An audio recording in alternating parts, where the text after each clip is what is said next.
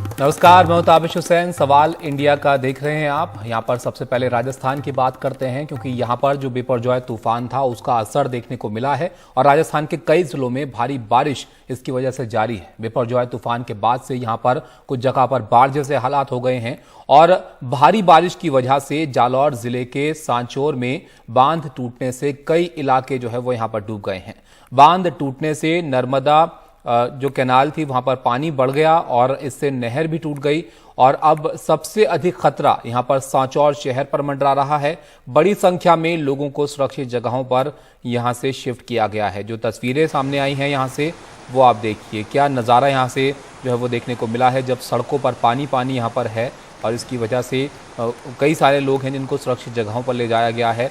और ये जो डैम था, ये तो इसकी वजह से पानी यहाँ पर बढ़ा ही, जो नहर थी उसमें वो भी इसके दबाव की वजह से पानी के वो टूट गई और इस वजह से आप देखिए जगह जगह पानी यहाँ पर नज़र आ रहा है और भारी बारिश की वजह से जालौर ज़िले के सांचौर में ये स्थिति पैदा हो गई है। यहाँ पर बांध टूटने से नर्मदा जो कैनाल थी वो भी पानी इसमें बढ़ गया और इसकी वजह से नहर भी यहाँ पर टूटी और अब जो इस जगह में सांचौर शहर में अब इसको लेकर ख़तरा जो है वो बढ़ गया है और यहाँ पर जो लोग थे उसमें बड़ी संख्या में लोगों को सुरक्षित जगहों पर ले जाया गया है।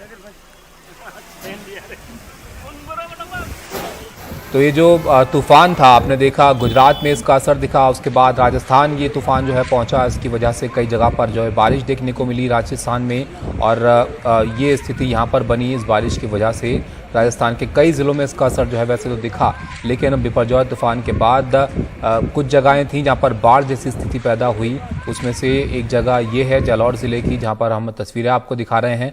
भारी बारिश की वजह से जो जालौर ज़िला है वहाँ पर सांचौर में बांध टूटा और इससे जो कई इलाके थे वो इस पानी की वजह से इसमें डूब गए और बांध टूटने की वजह से जो कैनाल होती है यहाँ पर वो भी टूट गई, पानी उसमें बढ़ गया और इसकी वजह से जो है यहाँ पर नहर जो है वो टूटी और अब इस जो सांचौर शहर है इस पर भी खतरा यहाँ पर मंडरा रहा है, क्योंकि यहाँ पर भी पानी जो है वो पहुँच सकता है और बड़ी संख्या में लोगों को यहाँ से अब हटाया भी गया है। क्योंकि आप देखिए कैसी स्थिति है, जगह जगह पर पानी दिख रहा है। जो घर थे वहाँ पर उस इलाके में उन जगह पर पानी चला गया है, सड़कें पानी से लबालब नज़र आ रही हैं। ये तस्वीरें हम आपको दिखाते हैं और जगहों की भी राजस्थान में। अजमेर की तस्वीर आप देखिए, ये अस्पताल का हाल है यहाँ पर अजमेर में। यहाँ पर पानी जो है हर जगह नज़र आ रहा है, चाहे वो ओपीडी हो चाहे वार्ड्स हों, वहाँ पर अस्पताल में पानी दिख रहा है। इससे जाहिर है मरीज़ों को दिक्कत हो रही है इस पानी की वजह से, क्योंकि जो अस्पताल है उसमें जो बीमार लोग थे उनके लिए भी दिक्कत की बात है और इस तरह की स्थिति जो यहाँ पर पैदा हुई है लगातार बारिश की वजह से, वो आप देखिए। ये जो तस्वीरें हम आपको दिखा रहे हैं ये हैं सांचौर की, जहाँ पर आप देखिए दूर दूर तक पानी जो है वो नज़र आएगा आपको। तो ये बाढ़ जैसे हालात यहाँ पर पैदा हो गए हैं राजस्थान में और ये असर उसी तूफ़ान का है जिसका असर आपने गुजरात में देखा था। ये जो तूफ़ान था इसकी वजह से तेज़ हवाएं वहाँ चली थी, लेकिन राजस्थान में बारिश हुई है इसकी वजह से और इस बारिश की वजह से कई जगह पर बाढ़ जैसी स्थिति यहाँ पर पैदा हो गई है। तो ये तस्वीरें हम आपको अलग अलग जगह की दिखा रहे हैं। आपको बताएं कि यहाँ पर बड़ी समस्या जो है वो इस बांध की वजह से भी पैदा हुई, क्योंकि लगातार बारिश की वजह से दबाव वहाँ पर बना जाहिर है और जालौर ज़िले के सांचौर में ये बांध जो है वो टूटा और इसकी वजह से सड़कों पर पानी जो है वो है, लोगों के लिए खासी दिक्कतें यहाँ पर हो गई हैं। इस वजह से जो सबसे ज़्यादा प्रभावित इस जगह का इलाका था, इस पानी के दायरे में था बांध के पानी के, वहाँ से लोगों को हटाया भी गया है, सुरक्षित जगहों पर ले जाया भी गया है। और ये आप देखिए आधी गाड़ी जो है सड़क पर डूबी हुई नज़र आ रही थी, जिसको यहाँ से खींचकर निकाला जा रहा था। तो ऐसे हालात वहाँ पर बने हैं। तस्वीरें हम आपको लगातार दिखा रहे हैं जिससे आप अंदाज़ा लगा पाएँ कि राजस्थान का जो ये क्षेत्र है यहाँ पर कैसी स्थिति है इस वक्त इस बारिश और इस पानी की वजह से। तो यहाँ आप देखिए लोग जो हैं उनको तो जाहिर है सुरक्षित जगहों पर ले जाया जा रहा है कि वहाँ पर उनके लिए और दिक्कतें पैदा ना हो, क्योंकि जब बाढ़ आती है तो आप जानते हैं कि उससे सड़कें जो है ना सिर्फ वहाँ पानी भरता है, लोगों के लिए ज़रूरी चीज़ों के लिए भी दिक्कत हो जाती है, क्योंकि चलना मुश्किल हो जाता है ऐसी स्थिति के अंदर। और ये देखिए आप कितना पानी यहाँ पर है कि ये गाड़ी आधी डूबी हुई इसमें नज़र आ रही है और इसको यहाँ पर खींच कर निकाला जा रहा है। ये सड़क की तस्वीरें और दूसरी जगह की आप देखिए जहाँ पर चलने में दिक्कत लोगों के लिए, क्योंकि आप अंदाज़ा नहीं लगा पाएंगे कहाँ सड़क है और कहाँ पर गड्ढा है या नाला हो सकता है। तो ये दिक्कत लोगों के सामने है। बारिश तो फिलहाल यहाँ पर रुकी हुई लग रही है, लेकिन जो बारिश पिछले कुछ दिनों में हुई है इस तूफान के असर की वजह से, उससे खासी दिक्कतें बढ़ गई हैं। तो इस जगह की खासकर जो हम आपको बता रहे थे, ये जालौर ज़िला है जहाँ पर सांचौर में ये बांध टूटा है और इसकी वजह से जो यहाँ पर बांध टूटने से जो नर्मदा लिफ्ट कैनाल थी उसमें भी पानी बढ़ा और इससे नहर भी यहाँ पर टूट गई और उसके बाद की स्थिति जो वहाँ पर पैदा हुई है वो हम आपको दिखा रहे हैं। हमारे साथ हर्षा कुमारी सिंह हमारी सहयोगी जुड़ गई हैं। हर्षा, हम तस्वीरों में देख रहे हैं हर जगह पानी पानी यहाँ पर नजर आ रहा है, इस जगह के बारे में आप बताइए कैसी स्थिति वहाँ पर है। देखिए, अभी यहाँ पर पानी नीचे आ रहा है सांचौर में, क्योंकि जो पानी है ये आगे बह चुका है।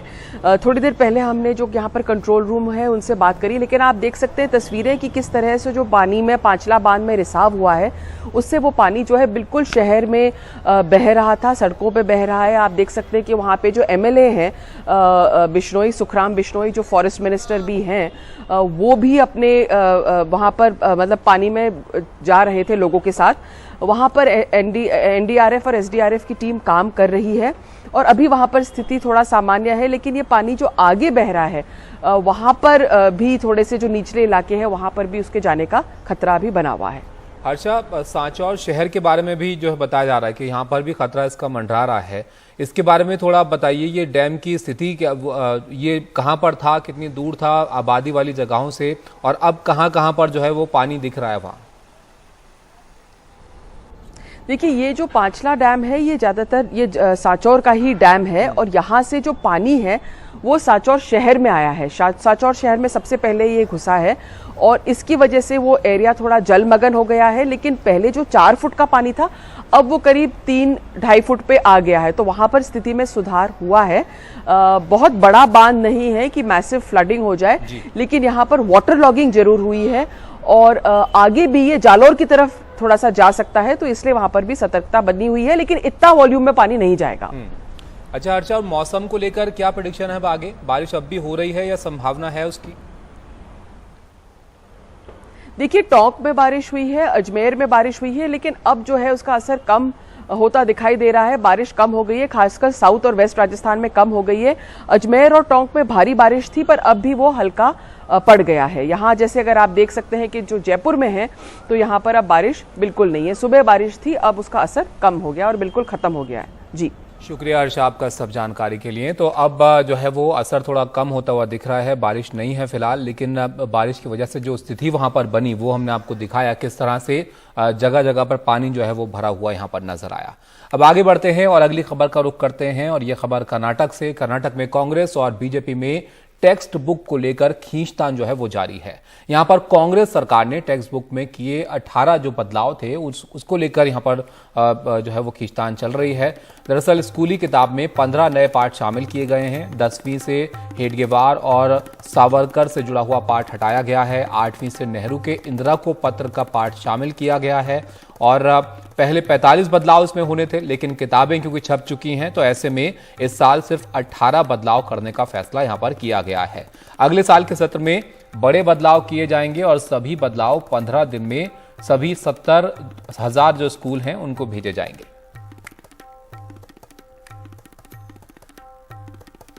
तो इस मामले को लेकर विस्तार से बता रहे हैं हमारे सहयोगी निहाल।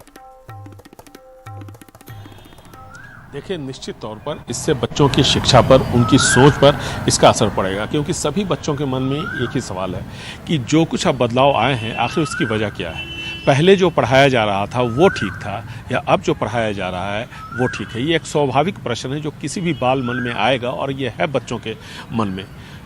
टीचर जो शिक्षक हैं वो इन बातों को खुल करके अभी छोटे बच्चों को, 4वीं, 5वीं, 6ठी क्लास या 7वीं क्लास के बच्चों को बहुत ज़्यादा बताना नहीं चाहते, उनकी अपनी मजबूरी है। तो सवाल ये उठता है कि हर बार जब सरकार बदलती है तो इस तरह से टेक्स्ट बुक में परिवर्तन लाने की ज़रूरत क्या है? क्यों नहीं एक राज्य स्तर पर, अगर राष्ट्रीय स्तर पर अगर ये सब्जेक्ट नहीं है केंद्र का और ये राज्य का सब्जेक्ट है, तो राज्य स्तर पर ही सभी पार्टियों को सोच समझ करके, विचार विमर्श करके, एक नीति बना करके एक पाठ्यक्रम तय करना चाहिए। अब से थोड़ी देर पहले मैं मिला था रोहित चक्रतीर्थ से, जो कि जब बीजेपी सरकार थी उन्होंने जो बदलाव लाए थे उस टेक्स्ट बुक कमेटी के वो अध्यक्ष थे। उनका यह कहना है कि उन्होंने अगर आरएसएस के फाउंडर हेडगेवार पर एक चैप्टर जोड़ा था तो वो चैप्टर हेडगेवार पर नहीं था, बल्कि उनका लिखा हुआ एक अध्याय था, जिस अध्याय में ये पढ़ाया जा रहा था कि एक आदर्श पुरुष कैसा होना चाहिए।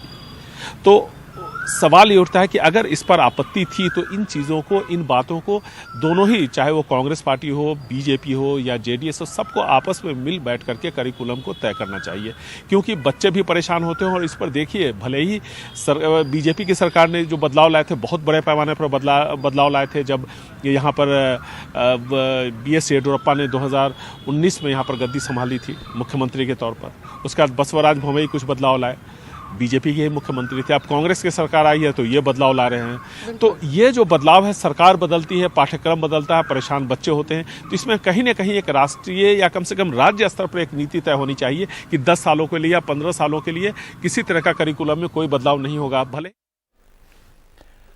अब आपको लिए चलते हैं अमर उजाला के खास कार्यक्रम संवाद में। हमारे लिए तो प्रिय ही हैं, और हमारे उत्तराखंड के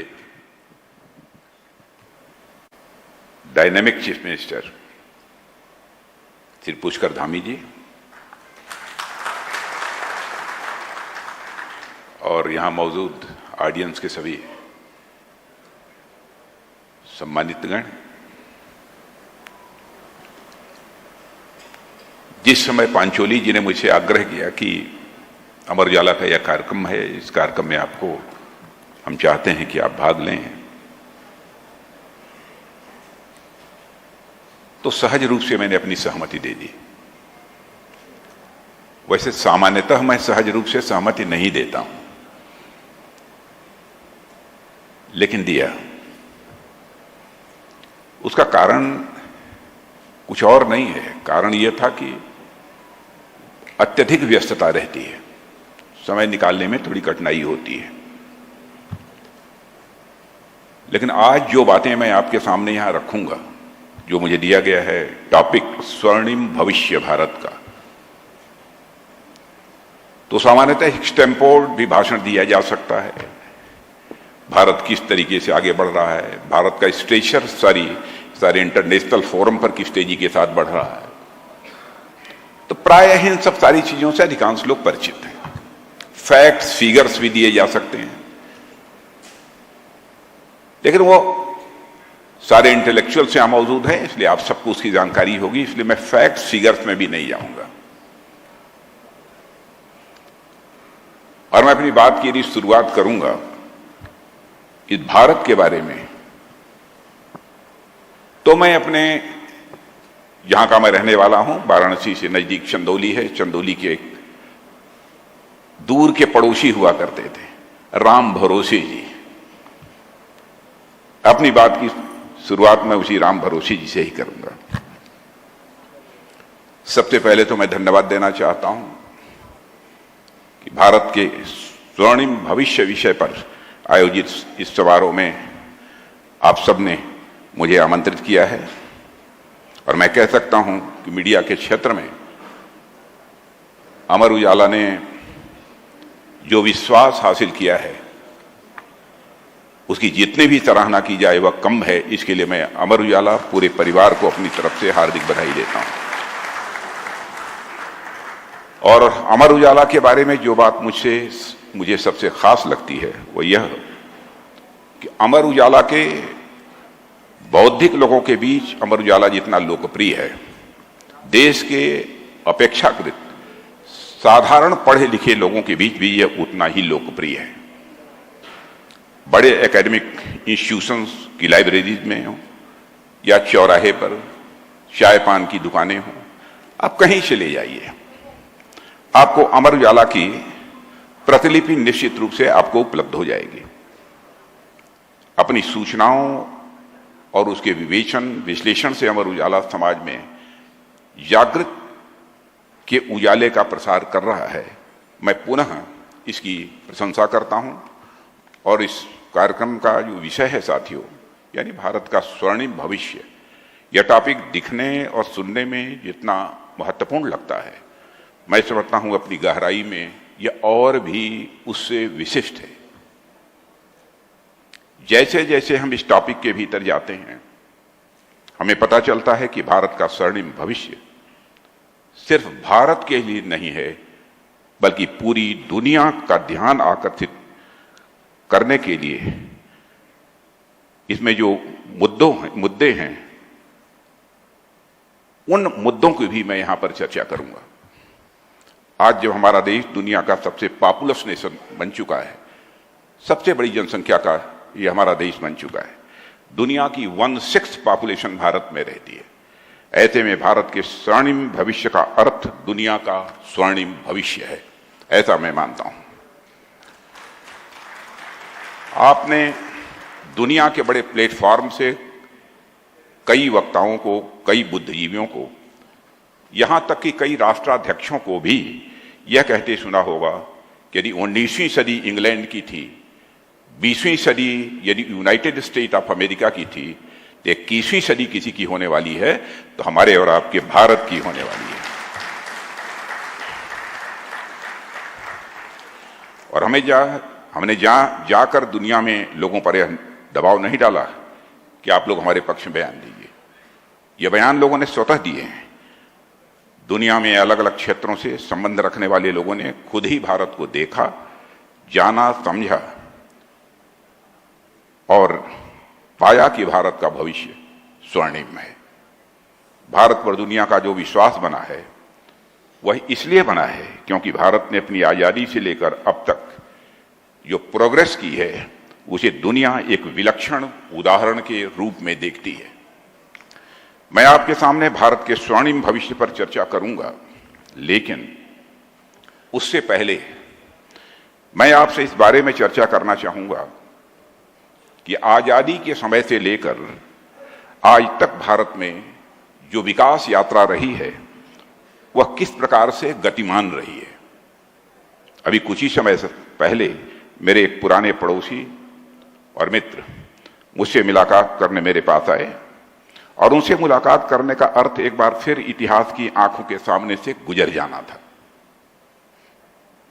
नाम बताने की जरूरत तो मैं नहीं समझता हूं, मानकर चलिए, मान लीजिए नाम काल्पनिक ही है। उनका नाम है राम भरोसे।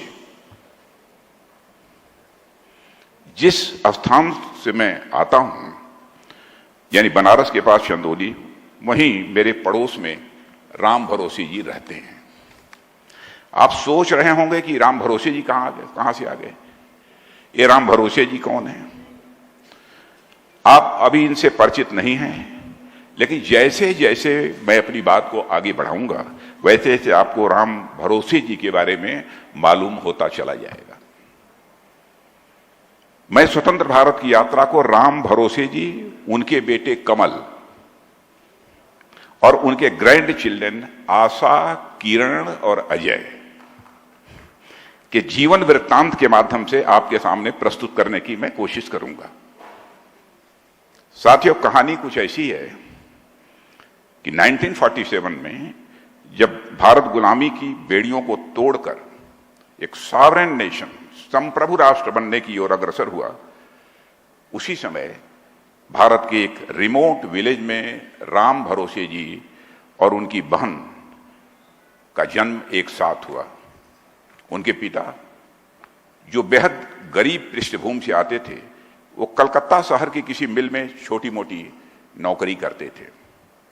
वहां से जो थोड़े तो ये खास कार्यक्रम आपने देखा। अमर उजाला के इस खास कार्यक्रम संवाद में उत्तराखंड की चुनौतियों और बदलावों पर बात हो रही है। यहाँ पर रक्षा मंत्री राजनाथ सिंह ने भी अपनी बात रखी। उन्होंने कहा कि 21वीं सदी भारत की होगी और भारत पर दुनिया को भरोसा है। यहाँ पर एक ब्रेक के लिए रुकते हैं।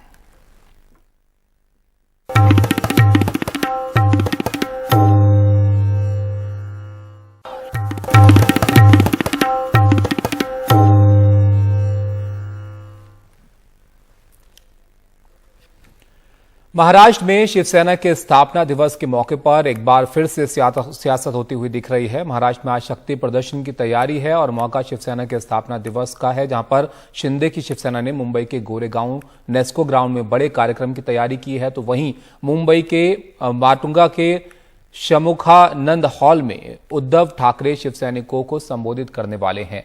महाराष्ट्र की प्रमुख सियासी पार्टी शिवसेना आज 57 साल की हो गई है। जिस शिवसेना के आज 2 धड़े हो गए हैं, उसकी स्थापना बाल ठाकरे ने 19 जून 1966 को की थी और 57 साल के इतिहास में आज पहली बार 2 धड़े अलग अलग स्थापना दिवस मनाएंगे। मुंबई के नेस्को ग्राउंड, जहां शिंदे की शिवसेना आज शाम बड़ी सभा करने वाली है, वहां करीब 20,000 कार्यकर्ता राज्य भर से इकट्ठा होंगे और कार्यकर्ताओं का पहुंचना यहां पर शुरू हो चुका है। मुंबई के नेस्को ग्राउंड से रिपोर्ट आप देखिए। पहली बार ऐसा हो रहा है इतिहास में कि शिवसेना का स्थापना दिवस 2 अलग अलग जगहों पर मन रहा है, 2 अलग अलग ग्रुप इसे मना रही है। आप लोग कितने सालों से पार्टी से जुड़े हुए हैं? मैं एक 12-13 साल से पार्टी से जुड़ा हूँ और उद्धव ठाकरे ने उनके पिताजी से गद्दारी की। उन्होंने उनके वैचारिक वो वारसा है वो नहीं संभाला। एकनाथ शिंदे साहब ने उनका वारसा संभाला है, विचारों का वारसा। इसलिए हम लोग सब एकनाथ शिंदे साहब के पीछे हैं। बाला साहब के जो विचार थे वो विचारों से शिंदे साहब ने वफादारी की है। ये जो बोलते हैं गद्दारी, हमने बाला साहब के जो विचार थे वो विचारों से खुददारी और वफादारी की है, तो वो शिंदे साहब ने की है। इसके लिए हम शिंदे साहब के साथ हैं। ये उधर संजय राउत जी है, वो जो काम कर रहे हैं शिवसेना तोड़ने का, वो तोड़ने का काम उन्होंने कभी भी शिवसेना को जोड़ने का काम किया नहीं। और आज तक हमारे नेता एकनाथ शिंदे साहब, उनको साधारण से साधारण कार्यकर्ता कोई शिवसैनिक भी है तो उनसे मिलते हैं, उनसे उनका जो समस्या है वो पूछते हैं। इसलिए शिवसैनिकों को ऐसा ही नेता चाहिए। जो शिव सैनिक हमेशा से कहते आए कि जहां ठाकरे वहां पर शिवसेना और वहां हम होंगे, क्या बदल गया? क्या गलती क्या हो गई? उद्धव ठाकरे के नेतृत्व में गलतियां क्या हो गई? आप लोगों को क्या लगता है? देखो, हम तो छोटे लोग हैं, वो गलतियों के बारे में हम तो बोल नहीं सकते, पर हम हिंदुत्व के साथ हैं। पिछला जो इलेक्शन शिवसेना ने भारतीय जनता पार्टी के साथ जो लड़ा था वो हिंदुत्व के ऊपर लड़ा था। और नमस्कार, एनडीटीवी इंडिया में आपका स्वागत है। मैं हूं मनोरंजन भारती। अब जो मैं आपसे मिलवाने जा रहा हूं वो छात्र हैं हैदराबाद के और आईआईटी की परीक्षा में उन्होंने इंडिया भर में टॉप किया है, यानी नंबर 1 रैंकिंग है उनकी। मिलिए हैदराबाद के वी चिदविलास रेड्डी साहब से। आपका बहुत बहुत शुक्रिया, आपने वक्त निकाला एनडीटीवी से बातचीत करने के लिए। आपको बता दूं कि इनको 360 में से 341 अंक प्राप्त हुए हैं, नंबर 1 रैंकिंग है। माता पिता दोनों स्कूल टीचर हैं, भाई भी जो हैं वो बिट्स हैदराबाद से बीटेक कर रहे हैं। मतलब पूरी फैमिली जो है पढ़ने लिखने वाली है। अपने परिवार के बारे में बताइए कुछ। Hello, I'm Chidvilas. Ji, I've secured A1 in JED Advanced 2023. I devote my success to my family and teachers and everyone who supported me during my journey. और आपके माता पिता दोनों स्कूल टीचर हैं, भाई भी ऑलरेडी बीटेक कर रहे हैं, तो परिवार में एक पढ़ने लिखने का एक सिस्टम होगा, माहौल होगा, सब कोई पढ़ाई लिखाई में ज़्यादा रुचि रखते होंगे। आप हिंदी में भी बोल सकते हैं। Okay. Yes. My parents were teachers, and when I was young, like in 5th and 6th, then my father and my mother used to like teach me math and other subjects as well, and they supported me a lot when I was young. And today, the reason that I'm here and I've achieved a top rank is really because of my parents and their support when I was young. तो I've written the Navodaya exam when I was young and got a good rank as well because of my parents' support. And from there, I was motivated in science. तो आपने नवोदय विद्यालय में पढ़े हैं आप? नहीं, I just gave the exam. अच्छा, आपने exam दिया था। अच्छा, अक्सर होता है कि चिदविलास की बच्चों को मैथ से बहुत परेशानी होती है, लेकिन जरूर आपने आईआईटी क्रैक किया, नंबर 1 रैंकिंग है, तो आपको मैथ बहुत अच्छा लगता होगा। तो उन बच्चों को क्या कहेंगे जिनको मैथ का फोबिया होता है? मैथ्स का फोबिया एक ही रीजन हो सकती है कि किसी ने ऐसे बोला होगा कि मैथ्स टफ है। मैथ्स टफ नहीं है। अगर हम सेल्फ इंटरेस्ट से पढ़ते और देखते कि मैथ्स क्या है, then you will actually like maths. Don't listen to someone around who is telling maths is tough और something like that. Just go through it yourself, and I would recommend you to solve PRMO and IOQM papers as well. They're very interesting. They might uh, tell you what exactly is the beauty of maths. तो जब आप इसकी तैयारी कर रहे थे तो आप क्या रूटीन होता था, मतलब कितना फोकस थे कि भाई इधर से उधर कुछ नहीं देखना, केवल मुझे जो है IIT JEE की तैयारी करनी है, क्या रूटीन होता था आपका? मेरा routine it used to start around 7:30 to 8 and end around 8:30 something around like that. और मेरे रूटीन में मतलब गैप्स भी होते थे, like I used to spend half an hour to 1 hour for playing as well so that I get relieved of stress. So during my routine, what's more important is that whatever you study, just stay focused on that and get away from all the distractions. Keep away your mobile phone, keep away social media, whatever, whenever you study. And during that half an hour to 1 hour break, you can do whatever you like to do. I like to play table tennis, so I used to play table tennis during that half an hour to 1 hour break. So it's just a balance between taking breaks and studying continuously for some time, so that you'll not get stressed. नहीं, In ये that आप way, you can also keep yourself motivated. जी आपने बहुत अच्छी बात कही. Mobile जो है एक बहुत बड़ा डिस्ट्रैक्शन है आजकल के बच्चों के लिए, और खासकर सोशल मीडिया. मतलब हमारे ज़माने में जब हम थे और अब के ज़माने के बच्चे हैं वो कुछ दूसरी चीज़ों से स्ट्रगल कर रहे हैं. तो उसको कितना दूर रखना पॉसिबल होता है मोबाइल की? आप 2 घंटे नहीं देखेंगे, या फिर जब आप खाली होते थे तब देखते थे? नहीं, मैं I stopped using much of mobile phone during my 11th and 12th. Like I stopped using it entirely. We can't just use it on one day and tell I'll stop it on the next day. It's not actually possible. तो दोस्तों से कैसे connect रखते थे, या किसी से भी, या सबसे अपने आप को आपने अलग कर लिया था? नहीं, I used to stay with friends and talk with friends as regular. I'm just saying stay away from social media and YouTube and these things. तो आपने कहा कि आप एक जगह मैं पढ़ रहा था कि आप कोई टाइम वेस्ट नहीं करते थे, मतलब बिल्कुल टाइम वेस्टिंग आपके शेड्यूल में था नहीं. घर में ही परीक्षा वाला एग्जामिनेशन का माहौल तैयार किया गया था. इसके बारे में कुछ बताइए. Yes, I kept away all the distractions, and it's not like I did not do any time waste. It's like I tried to minimize time wastages. It's not possible that you make it zero. And when at home, I also made a desk, and some of my books were at home and some were at school, so that wherever I wanted to study, I can study in there. And yeah. आप चिड़विलास, मुझे आप ये बताइए, हैदराबाद में क्या है? ढेर सारे बच्चे इस बार हैदराबाद से ही जो है वो चुन के आए हैं. कुछ विशेष है क्या वहां पे? हैदराबाद में मतलब श्री चैतन्य की लाइक जी हेलो मतलब हमारा स्ट्रक्चर अच्छा है, लाइक द टेस्ट और ये मतलब क्या क्या पढ़ना है, कब पढ़ना है, किस चैप्टर कब पढ़ना है, किस मेथड्स फॉलो करना है जेई के लिए, और किस बुक्स फॉलो करना है, और मटेरियल श्री चैतन्य के मटेरियल्स और ये सब.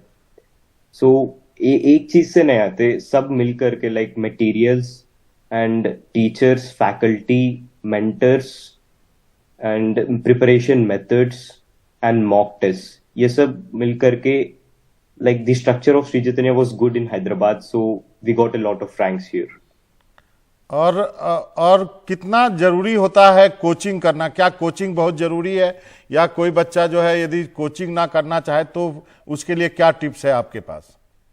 अगर इंटरेस्ट है तो कोचिंग की जरूरत नहीं है. अगर तुम्हारा इंटरेस्ट है साइंस और मैथ में, तो तुम किसी भी तरीके से पढ़ लो, तुम्हें जेई में सीट आएगा. अच्छा, एक सवाल जो है वो यहाँ पे आपसे जरूर जानना चाहूंगा, जो स्ट्रेस फैक्टर है उसको कैसे आप नलिफाई करते थे? क्योंकि बहुत सारे बच्चे नहीं सफल हो पाते हैं, कुछ अपनी जान ले लेते हैं. हम बहुत सारी खबरें आती हैं, आपके स्टेट से भी आते हैं, कोटा से भी आते हैं, भारत के अलग अलग राज्यों से भी आते हैं. उनको क्या कहना चाहेंगे?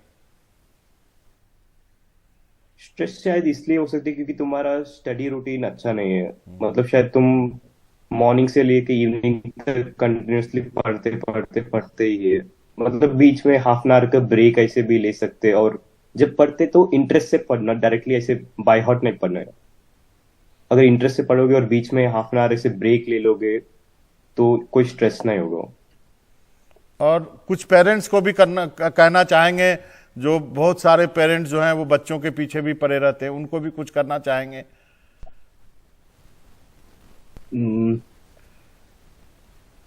I would say that just support your child in whatever is studying. Just ji, whatever is the study routine, just make it well, and so that he can get all the required study routines. And during that study routine, make sure that he's away from all the distractions and don't make him stressed. That's more important. Just let him stay free during whatever he studies. चलिए, आपका बहुत बहुत शुक्रिया we चिदविलास Reddy ji. आपको बहुत बहुत बधाई, आपने रैंक 1 पूरे इंडिया में हासिल किया है। मुझे उम्मीद है कि आपने जो बातें कही वो ढेर सारे बच्चे जब सुनेंगे और देखेंगे आपको तो जरूर आपसे प्रेरणा लेंगे। बहुत बहुत शुक्रिया। Thank you. वक्त है छोटे से ब्रेक।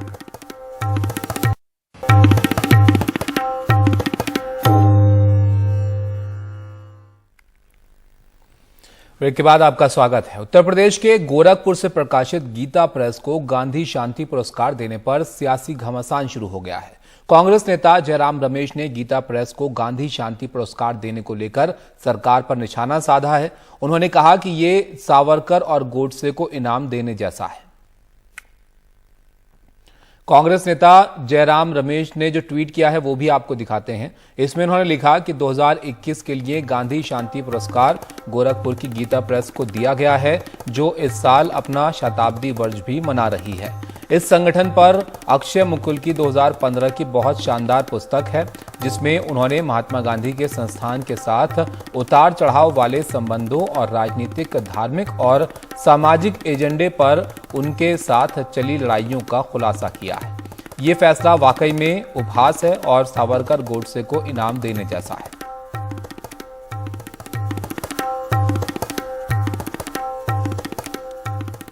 इसको लेकर बीजेपी की तरफ से जो प्रतिक्रिया आई वो भी आपको दिखाते हैं। बीजेपी प्रवक्ता रविशंकर प्रसाद ने कांग्रेस को इस पर जवाब दिया है। उस कांग्रेस से और क्या अपेक्षा किया जाए, जिसने प्रभुराम के मंदिर बनने में रोड़े अटकाए, जिसने उस केस की सुनवाई में रोड़े अटकाए, जो 3 तलाक का विरोध करती है, जो सारी हिंदू परंपरा मान्यताओं के बारे में सिर्फ दिखावा करती है और बाकी जो करती है आप सभी जानते हैं। लेकिन वो गीता प्रेस को महात्मा गांधी शांति पुरस्कार मिल रहा है, उस पर भी टीका टिप्पणी करेगी। इससे बड़ी तो कोई शर्मनाक बात हो ही नहीं सकती है। हम इसकी भर्त्सना करते हैं। मुझे बहुत पीड़ा से कहना पड़ रहा है, एक पार्टी जिसने देश पर राज किया है उसमें माओवादी सोच के लोग आजकल भारी हो गए हैं, जो राहुल गांधी के एडवाइजर्स भी हैं। तो हम इसकी बहुत भर्त्सना करते हैं। और इस पूरे, मैं तो देश के लोगों से अपील करूंगा कि कांग्रेस पार्टी ने जिस तरीके से गीता प्रेस ऐसी पावन संस्था को अपमानित किया है, इसका देश में विरोध होना चाहिए, हर वर्ग के द्वारा विरोध होना चाहिए। यह हमारी पूरी अपेक्षा है और हम लोग को इस दिशा में कांग्रेस पार्टी को सबक सिखाना चाहिए। पीएम मोदी ने भी गीता प्रेस को बधाई देते हुए ट्वीट लिखा था, जिसमें उन्होंने कहा कि मैं गीता प्रेस गोरखपुर को 2021 के गांधी शांति पुरस्कार के लिए बधाई देता हूं। उन्होंने लोगों के बीच सामाजिक सांस्कृतिक परिवर्तन की दिशा में पिछले 100 सालों में प्रशंसनीय कार्य किया है।